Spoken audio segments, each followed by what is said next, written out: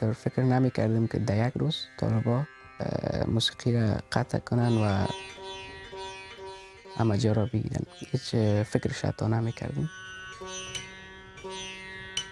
وقتی که طالبا آمد دیگه بسیار جیرخون شدیم، چون ما دیگه ادامه دادن نمیتونیم مکتب و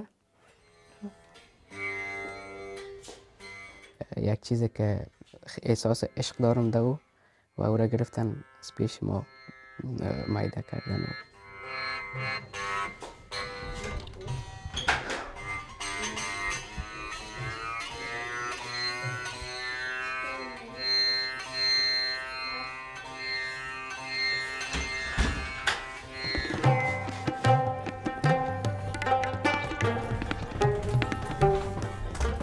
این را ما بی جواب نمیمانیم و صدای موسیقی را تا هر چقدر تانستیم بلند میبریم. و موسیقی یک چیز است، زبان احساس است و این را نمیشه که یعنی انکار کرد. و موسیقی چیزی است که آدم بدون او زندگی نمیشه. و اسمم احمد یاسر است.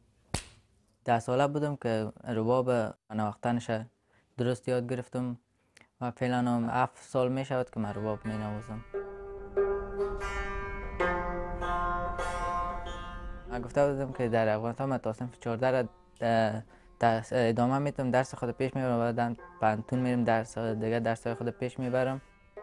دیگه فعلا هم که افغانستان به یک صدای خاموش و موسیقیش چیزی هم نداره.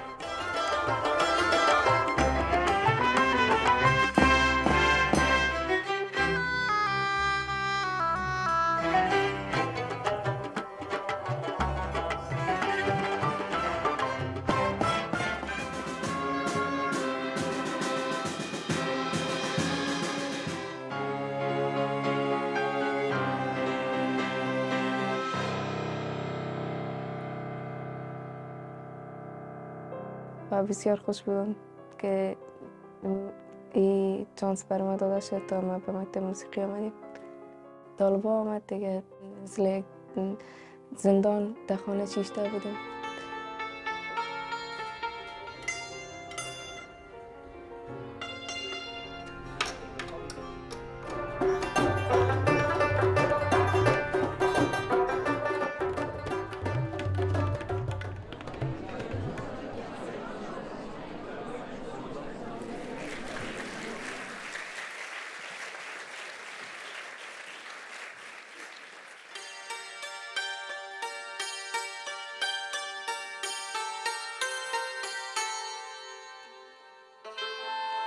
همین وقتی که موسیقی می نوازم افغانستان در میاد که دخترها همه آزاد باشه، بتانن برن مکتب درس مکتب.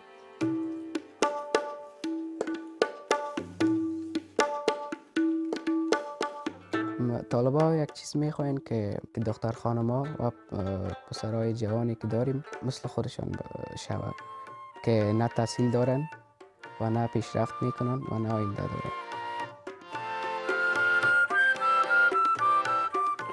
وقتی که امی طالبا وقتی که طرف شد باز ما میخوایم که برم در افغانستان به دختر موسیقی رو یاد بدم، به دختر و بچه ها موسیقی رو یاد بدم، مثلا یک نمونه خوب باشه.